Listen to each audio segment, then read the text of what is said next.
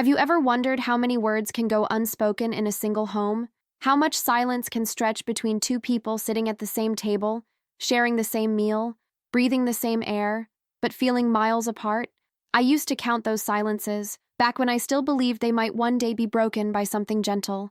A thank you, a smile, a simple acknowledgement. But most mornings all I heard was the sound of my own footsteps on the kitchen tile, the whir of the coffee maker, and the quiet crackle of bacon in the pan. It was barely 6 o'clock, and the sky outside was a faded blue, the kind that made the world look softer than it really was. I stood in front of the stove, barefoot, my robe tied loosely around my waist. The kitchen was still in its comfortable disarray from the night before, school papers stacked unevenly at the end of the counter, a stray sock poking out from under the dining table, a half-finished mug of cocoa that Miles had abandoned in his rush to bed. I moved through it all on autopilot, collecting empty glasses, wiping crumbs from the countertops, straightening the row of mismatched chairs. This was my domain, the heart of our home. Every detail here bore my fingerprints, from the checkered dish towels to the yellowed recipe cards tucked beside the oven. Even the sunlight, when it finally broke through the blinds, seemed to warm the room just for me. I took a quiet pride in these small things, though I never said so out loud.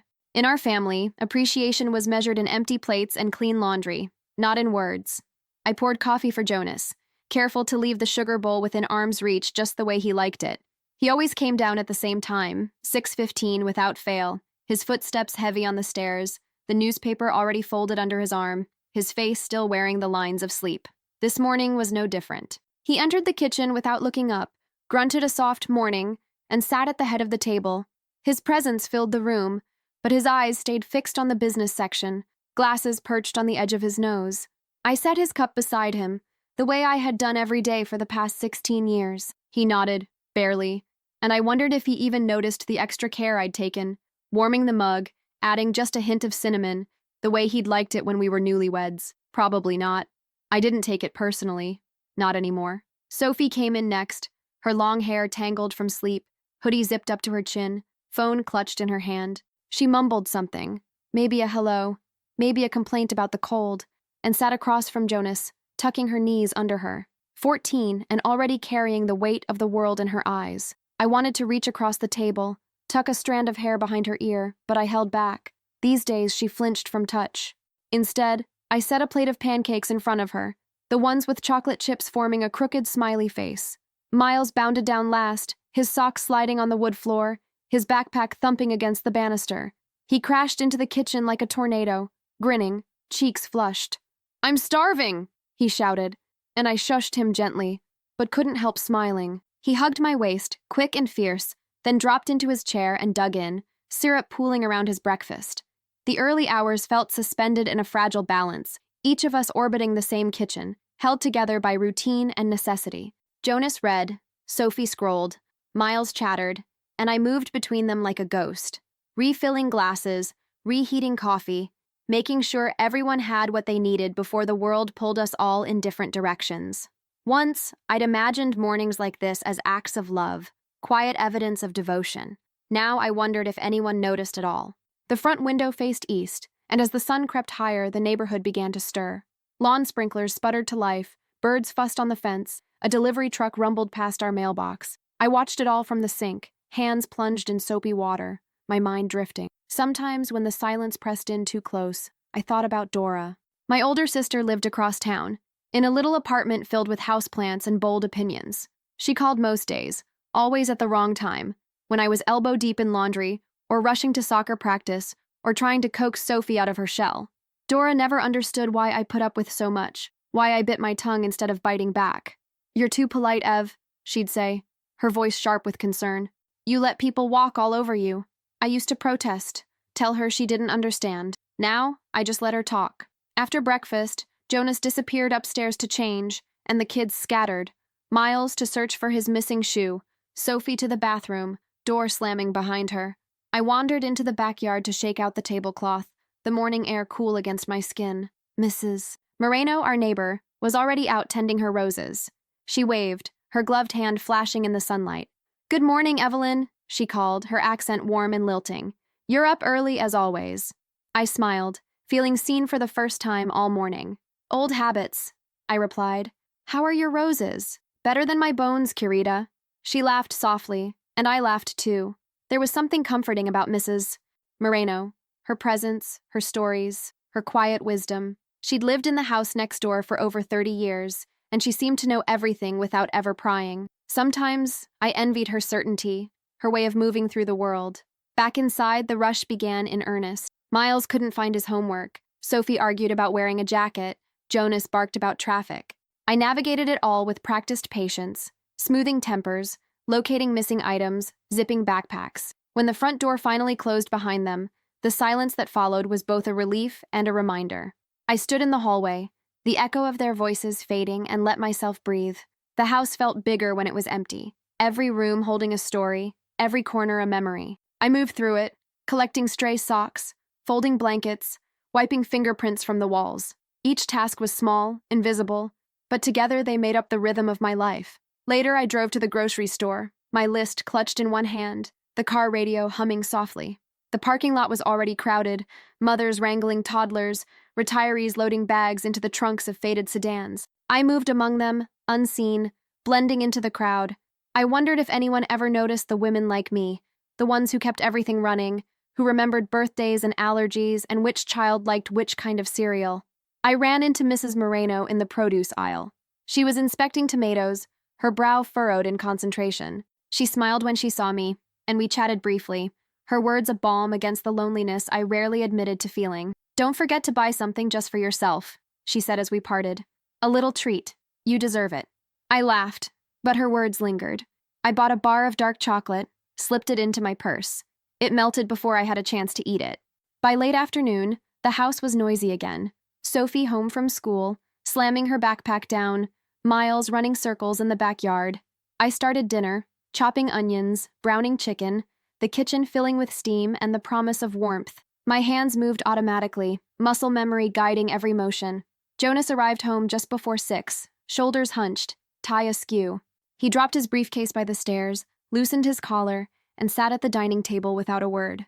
I set the table, placing a folded napkin at each spot, lighting a candle just for the faint suggestion of occasion. Sometimes I wondered if anyone noticed the effort I put into these little rituals, or if it all faded into the background of their busy lives. We ate together, the four of us, conversation stilted. Miles recounted a story from school. Sophie rolled her eyes. Jonas scrolled through his phone, nodding absently. I tried to hold it all together with gentle questions, steering the talk away from arguments, smoothing over rough edges. It was a balancing act, one I'd grown skilled at over the years. And then, just as I was clearing the plates, Jonas made a joke. Something small, a careless comment about my cooking. "Guess we know who burned the chicken tonight." He laughed, tipping his head toward Sophie and Miles, as if inviting them to join in. The kids giggled uncertainly, glancing at me, unsure if it was safe to laugh. I smiled, because that's what I was supposed to do. I made a joke back, something light, and everyone moved on. But inside, I felt something crack, a hairline fracture, the kind you don't notice until the whole thing threatens to break. After dinner, Jonas retreated to his office, Sophie escaped to her room, Miles disappeared with his Legos. I stood in the kitchen, hands braced on the edge of the sink, and let the silence settle around me. The candle I'd lit burned low, casting shadows on the walls. I thought about all the words I'd swallowed over the years, all the times I'd chosen peace over honesty, harmony over truth. Outside, the neighborhood quieted, porch lights flickering on one by one. I watched the sky darken, the first stars appearing. It was in these moments when the house was still that I let myself feel everything I hid during the day. The loneliness, the longing, the hope that one day someone would see me, really see me, and understand. I thought about Dora, about Mrs. Moreno, about all the women who'd found their voices, who'd learned to speak up for themselves. I wondered if I'd ever be brave enough to do the same. I washed the dishes, wiped down the counters, turned off the lights. Upstairs, the children's laughter drifted through the hallway, soft and fleeting. I paused at their doors, listening, letting their joy wash over me. I went to bed alone that night, Jonas already asleep, his back turned. I lay awake, staring at the ceiling, counting the things I'd left unsaid. How many more mornings would I wake up and put everyone else first? How many more dinners would I swallow my pride for the sake of peace? I didn't have the answers, not yet, but something had shifted, just a little.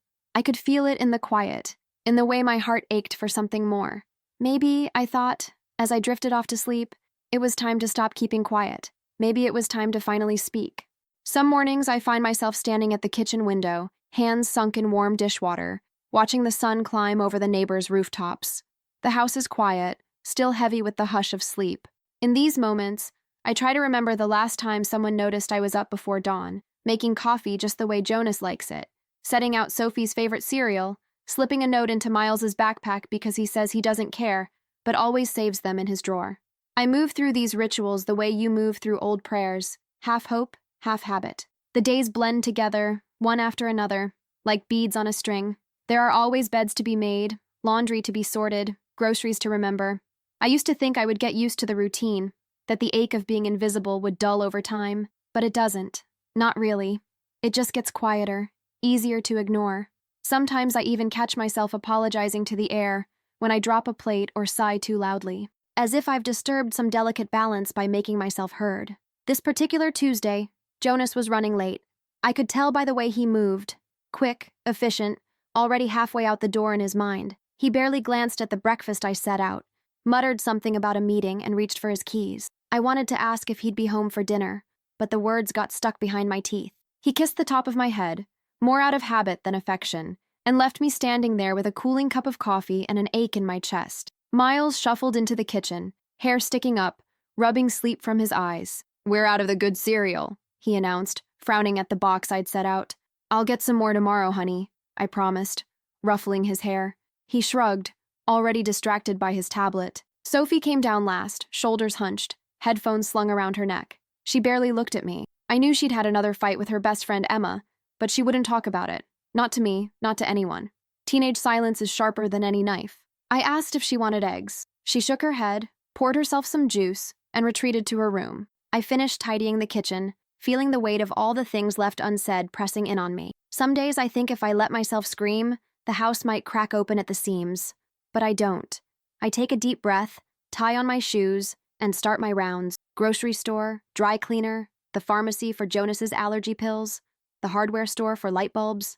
At the grocery store, I linger in the produce aisle, running my fingers over the apples. I watch other women, some younger, some older, picking out fruit, children tugging on their sleeves, partners laughing over shopping lists.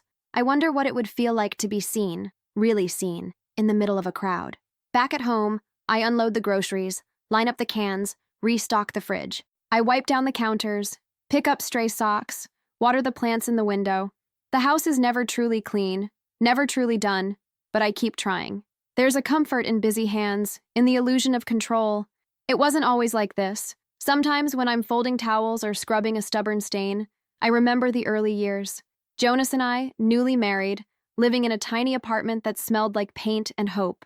We used to talk for hours, curled up on the thrift store couch, planning out our future. He would leave me little notes on the bathroom mirror, tucked into my coat pocket, reminding me that he loved me, that he noticed the small things. I saved everyone, but somewhere along the way, life got louder. Bills, work, children's schedules, the weight of expectation. The notes stopped, the laughter faded.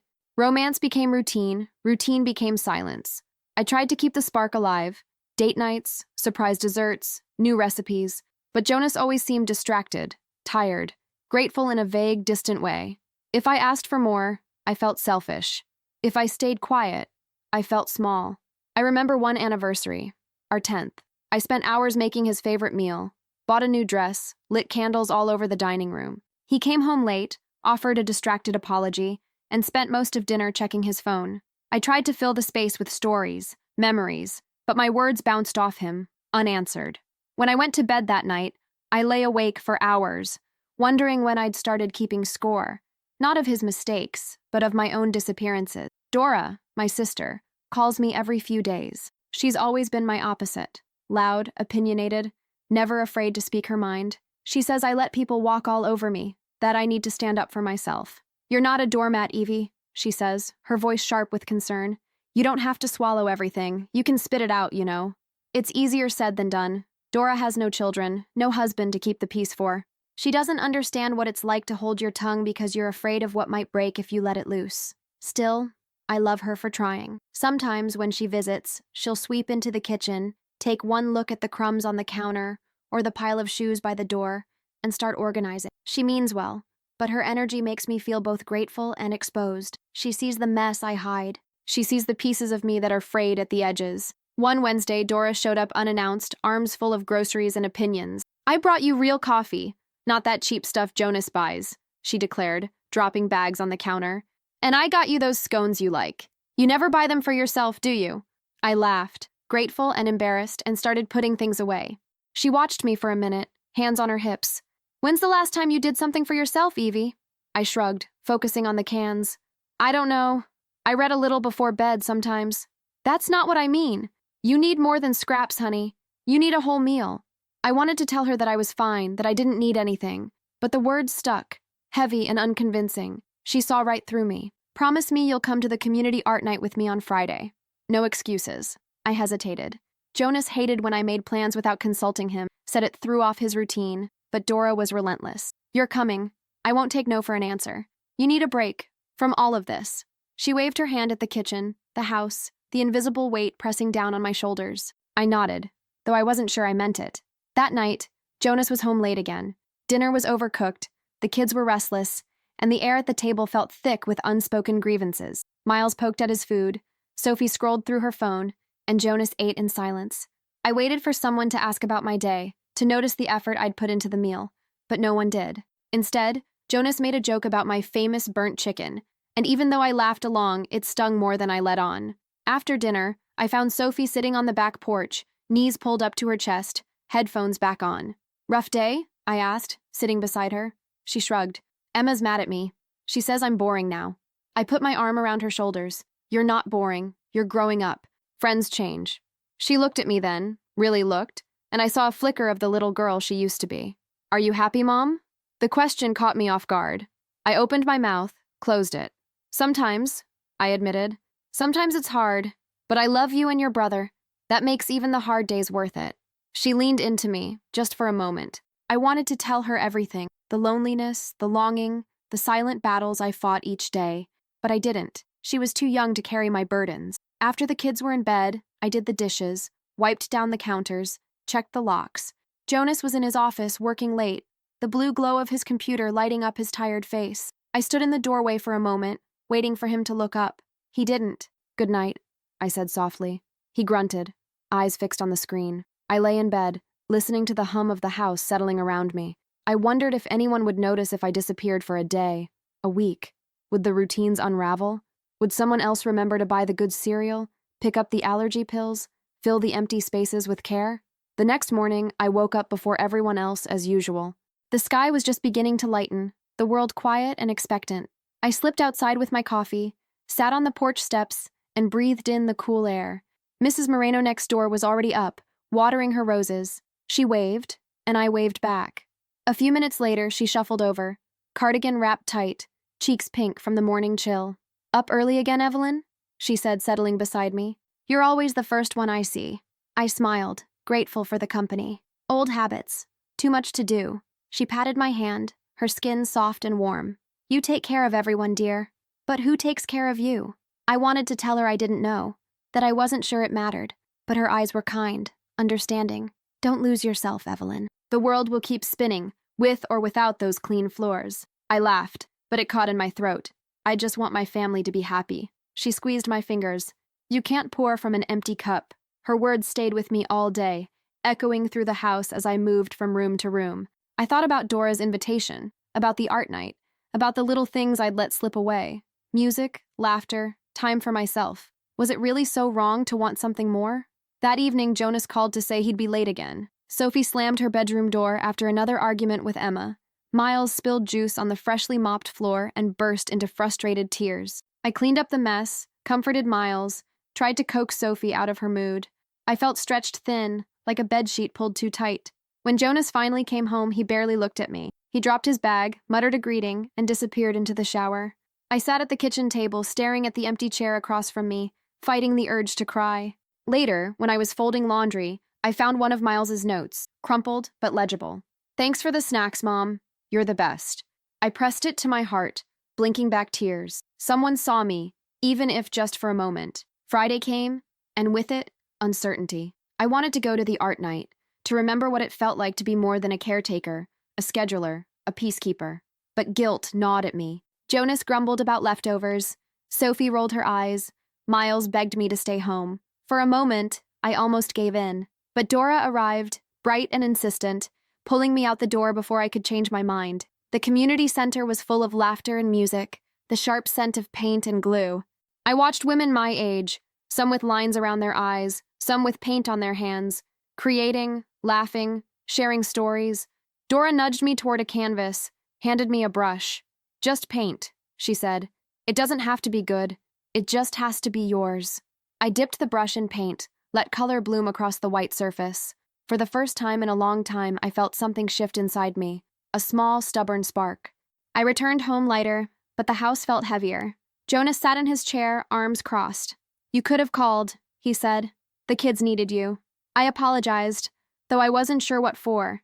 He didn't say much else, but his silence was colder than usual. Later, he made a joke about me, finding my inner Picasso, and Frank, his brother, who was visiting for the weekend, laughed a little too loudly. I felt the sting of humiliation. A private thing made public, my small rebellion turned into a punchline.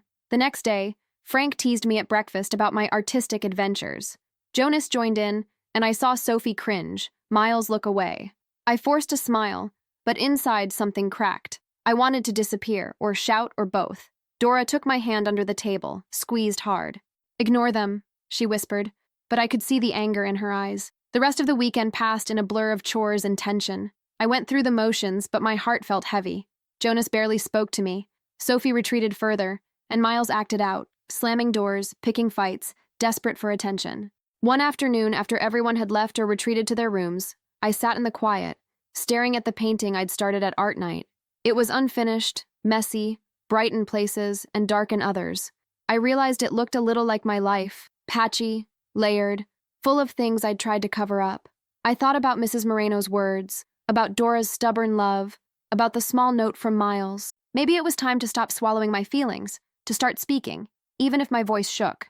If this story feels familiar, if you've ever felt invisible, overwhelmed, or quietly brave, know that you're not alone. There's so much more to come, and I hope you'll stay with me as I find my voice.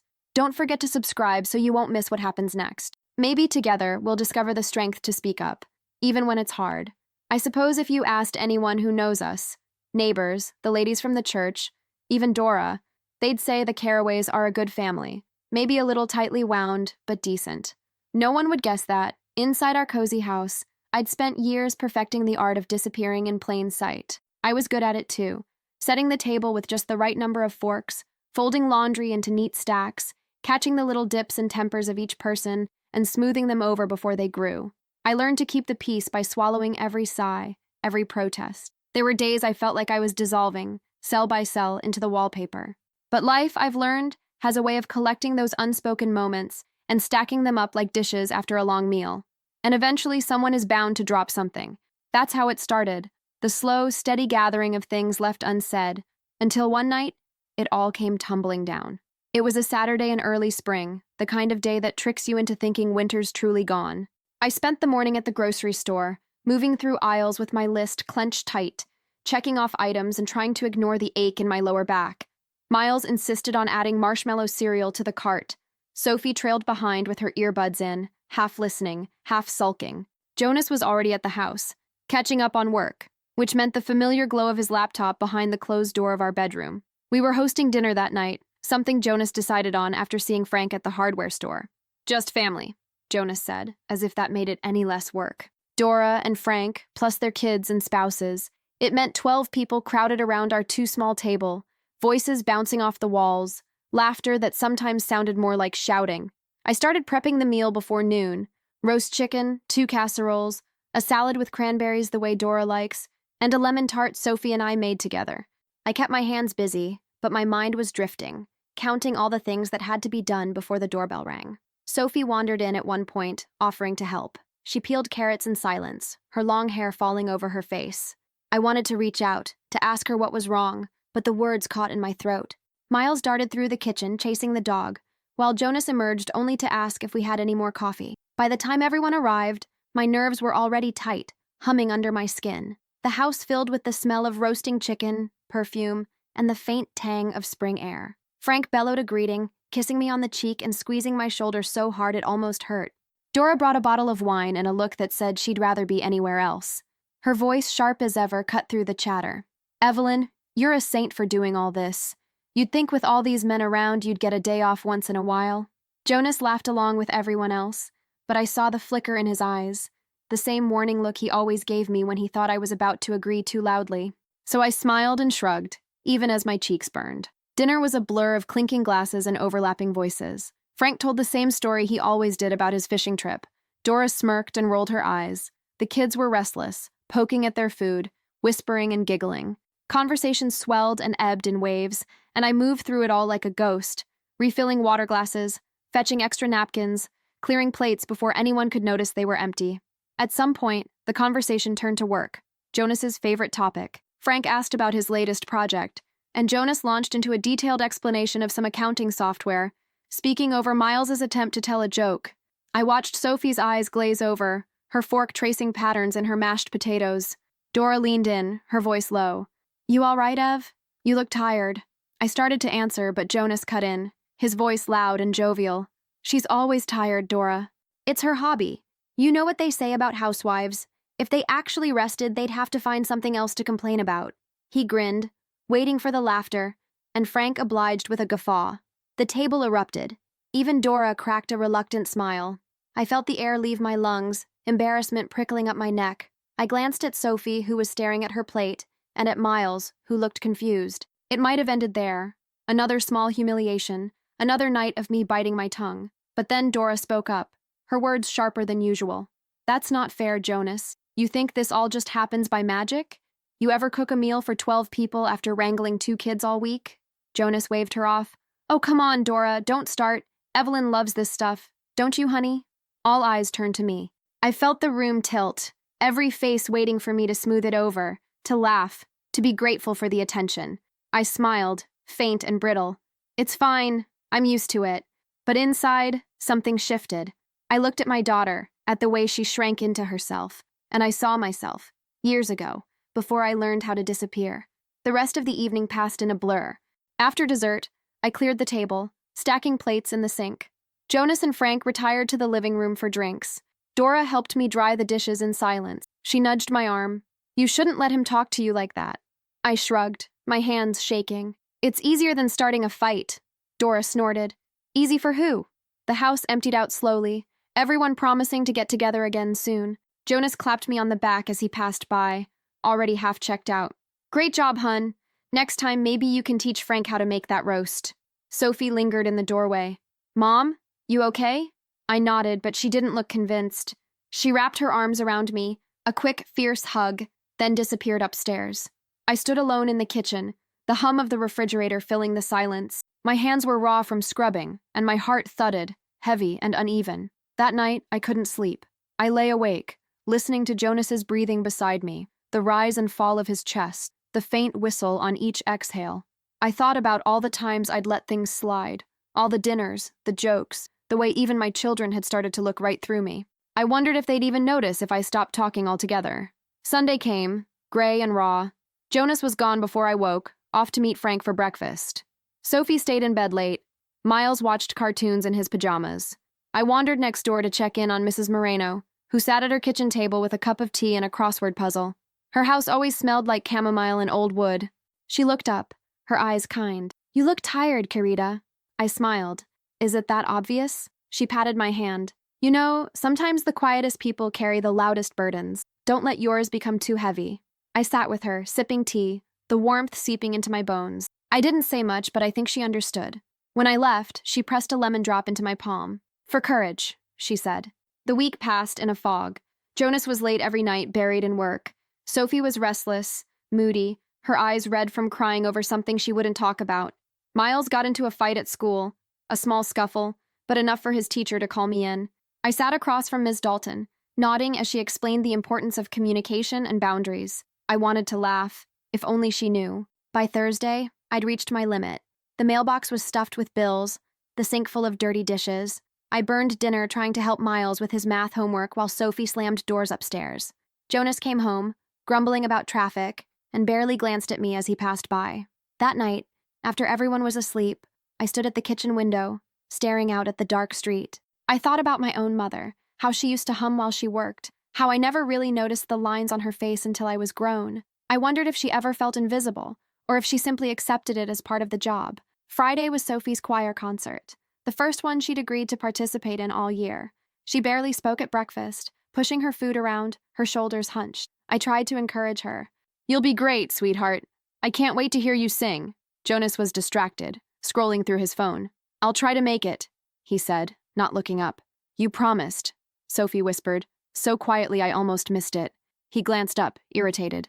"I said I'll try, Sophie. I have deadlines." The words hung in the air, cold and sharp. Miles looked down at his cereal. I felt something inside me twist, a knot pulling tighter and tighter. That afternoon, as I helped Sophie get ready, she pulled away from me, her eyes shining with unshed tears. "Why do you let him talk to you like that?" she whispered. I didn't have an answer. I just hugged her, holding on until she wriggled free. We arrived at the school early. The auditorium buzzed with excitement, parents milling about, teachers corralling nervous kids. I found a seat near the front, saving one for Jonas, checking my phone every few minutes. The concert started. Sophie's class filed onto the stage. She searched the crowd, her eyes finding mine. I smiled, clapping as loud as I could. Halfway through, the door at the back creaked open. Jonas slipped in, his tie askew, looking flustered. He took the seat beside me, nodding as if to say, "See, I made it." But Sophie didn't look our way again. Afterwards, we waited in the hallway as the kids filtered out. Sophie approached, her friends trailing behind her. Jonas ruffled her hair, grinning. "You sounded great, kiddo." But she barely met his eyes. On the drive home, the silence was thick. Jonas tapped the steering wheel, humming tunelessly. I stared out the window, watching the streetlights flicker by. That weekend, Jonas suggested another family dinner, this time at his mother's house. I wanted to say no, to beg off with a headache, but I didn't. I baked a pie, dressed the kids, and smiled through it all. His mother's house was always spotless, the kind of clean that makes you nervous to sit down. The table was set with her best china, silver gleaming in the light. We sat through another meal of polite conversation, Jonas's mother asking about work, about the kids, never about me. Halfway through dessert, Frank brought up the dinner at our house. "Evelyn, that roast was amazing. You ever think about writing down your recipes? Maybe teach Rita here how to cook." Everyone laughed, including Jonas. She'd have to write them down first. You know how she is. Keeps everything in her head like a little secret. Half the time, I don't even know what we're eating until it's on the table. His mother smiled, but there was something cold in her eyes. "Well, I suppose that's a wife's job, isn't it? Keep the house running. Men have more important things to worry about." For a moment, the room was silent. I felt my face flush, my hands trembling in my lap. I looked around the table, at Jonas, at his mother, at my children. I saw Sophie's lips pressed tight, Miles fidgeting in his seat. It was like watching myself from the outside, seeing the years of silence, the weight of every unspoken word. I don't know what made me do it. Maybe it was the look on Sophie's face, or the ache in my chest that wouldn't go away. Maybe I was just tired of being invisible. I set my fork down, the sound sharp in the quiet room. My voice was steady but soft. "Actually, I do keep recipes in my head. I keep a lot of things in my head. Grocery lists, birthdays, doctor's appointments, the names of Miles's teachers, the songs Sophie likes to sing in the shower, the way Jonas takes his coffee, the things that make each of you smile. I keep track of all of it because I love you. But sometimes I feel like the only time anyone notices me is when something goes wrong, or when there's food on the table. I'm not just a cook or a maid or a convenient set of hands. I'm here too, and I'm tired of pretending that's enough." The words hung in the air, heavier than I expected. No one moved. Jonas looked at me, his face pale. Sophie's eyes were wide, shining with tears. Miles reached for my hand under the table. Frank cleared his throat but said nothing. Jonas's mother stared at her plate. For the first time in years, I felt seen. Jonas opened his mouth, but I held up a hand. "I'm not blaming anyone. I just need you to know that I'm here. I need you to see me." Sophie pushed her chair back, stood up, and walked around the table. She wrapped her arms around me, her face buried in my shoulder. "I see you, Mom," she whispered. Miles followed, hugging me tight. Even Frank looked away, uncomfortable. Jonas sat very still. Finally, he spoke, his voice rough. "I'm sorry, Ev. I didn't realize—" His words trailed off, but his eyes were wet. The room was silent, but it was a different kind of silence, one filled with possibility, with something new. I realized in that moment that speaking up hadn't broken us. If anything, it was the first step toward putting us back together. Later that night, after the kids were asleep, Jonas found me in the kitchen. He looked awkward, unsure. "I don't know how to fix this," he said, "but I want to try." I nodded, tears burning my eyes. That's all I wanted. He reached for my hand, and for the first time in a long time, I let myself believe that things could change. Sometimes, all it takes is a single voice breaking the silence. And sometimes, that voice is your own. The morning after I finally spoke felt, in some ways, like every other morning. Soft light filtering through the curtains, the hum of the refrigerator, the murmur of birds outside. But something inside me had shifted, subtle as a breath but irreversible. I woke before the sun, as usual, but I moved differently, lighter, my every step carrying the memory of my words from the night before. For years, my silence had been the thread holding our family's routines together. Now it was as if I'd tugged at a knot, and everything was gently, uncertainly, coming undone just enough for something new to begin. Jonas's side of the bed was empty.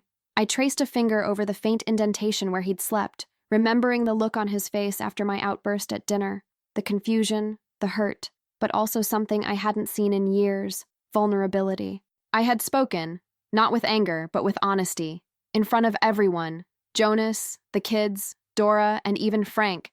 I had said the words I'd kept folded away in my heart for so long. I had told them that I was tired of feeling invisible, tired of swallowing my hurt for the sake of peace, tired of pretending that my sacrifices were weightless and my love unbreakable. I had told Jonas, with tears running down my cheeks and my hands trembling, that I missed him, not just as a husband, but as a friend. And I had told my children I needed them to see me, not just as the woman who packed their lunches, but as someone real, with hopes and fears and dreams of her own. I expected silence, awkward, brittle, echoing silence. Instead, I found something far more powerful: listening. For the first time in years, my family listened. As I moved through the kitchen, I lingered over the small things: the way the sunlight caught the rim of Sophie's cereal bowl, the crayon marks on the fridge that Miles had sworn weren't his, the faded recipe card in my mother's handwriting propped up beside the toaster. I felt a tenderness toward these ordinary details, a gratitude I hadn't allowed myself in a long time. I heard the creak of the stairs. Jonas appeared in the doorway, his hair mussed, eyes shadowed with worry and something like hope. He hesitated, as if uncertain whether he was welcome. For so long, I had made it easy for him not to notice me. I had absorbed every slight, every careless dismissal, because I believed it was my duty to keep our family running smoothly. But last night, for the first time, I had let him see the truth. He crossed the kitchen slowly, pausing beside the table. "Can we talk?" he asked, his voice rough. I nodded, my heart pounding. He sat across from me, folding his hands. There was a vulnerability to him I hadn't seen in years, as if he too had been carrying a weight he didn't know how to name. "I'm sorry, Evelyn," he said, his words halting but sincere. "I haven't been fair to you. I got so caught up in work, in what I thought I needed to provide, that I forgot what really matters. I didn't see how much you were doing, how much you were giving up." He looked down, then back at me, his eyes shining. "I want to do better. I want us to do better." I felt the familiar urge to brush off his apology, to slip back into the old pattern, but I didn't. Instead, I reached across the table and took his hand. His fingers curled around mine, tentative and warm. "We can try," I said softly. "But I need you to really see me. I need you to help me carry some of this. Not just the chores, but the feelings, the loneliness, the hope." He squeezed my hand. "I promise," he whispered. For a long moment, we just sat there, hands entwined, the morning stretching out before us like clean linen. When the kids came down for breakfast, everything felt different. Sophie lingered in the doorway, her eyes searching my face. I gave her a small smile, and she crossed the room to hug me. An awkward, gangly teenage hug, but real. Miles hovered, uncertain, then darted forward and pressed his cheek to my arm. "Are you okay, Mom?" he asked, his voice small. "I am," I said, kneeling so I could look him in the eyes. "I really am. And I want us to talk more, all of us. Not just about grades or chores, but about how we feel. Can we do that?" They nodded, and I saw relief flicker in their faces. Relief and something like hope. After breakfast, Jonas insisted on clearing the table. I watched as he rinsed dishes, humming under his breath, pausing every now and then to smile at me. It was a small thing, but it meant everything. Later, as I folded laundry in the sunroom, Sophie sat beside me, her fingers idly tracing the pattern on the quilt. "Mom," she said, her voice hesitant, "I'm sorry I haven't been helping much. I get so caught up in my own stuff. I didn't realize. I pulled her close, pressing a kiss to her temple. It's okay. We're all learning. She nodded, her shoulders relaxing. For the first time in months, I felt the distance between us narrow, a bridge rebuilding itself plank by plank. Dora called that afternoon. Her voice was sharp as always, but I heard something gentler beneath it. I'm proud of you, Eve, she said. It takes guts to tell the truth, especially when it's messy. I laughed, surprised by the lightness in my chest. It was time. I couldn't keep pretending. Don't you dare go back to hiding, she warned. And if Jonas gives you trouble, you know where I live. I know, I said, smiling. Thank you. Mrs. Moreno stopped by too, bearing a plate of warm banana bread and her usual gentle wisdom. I heard there was a bit of excitement last night, she said, her eyes twinkling. Sometimes the only way out of silence is through it. We sat together in the backyard, the late afternoon sun painting everything gold. I told her how scared I'd been, how hard it was to speak, how much I worried about what would come next. She listened, her hands folded in her lap. You gave your family a gift, Evelyn. The chance to change, the chance to love you better. Her words settled over me like a blessing. As days passed, the changes were small but steady. Jonas made a point of coming home earlier, of sitting with the kids while they did their homework, of asking about my day and really listening to my answers. Sometimes he tripped up, fell back into old habits, forgot to notice a clean kitchen or a mended shirt, but he caught himself, apologized, tried again. I learned to ask for help, to name my needs instead of swallowing them. It wasn't easy. Years of silence don't evaporate overnight. But love is a practice, not a promise. It's something you do, again and again, until it becomes real.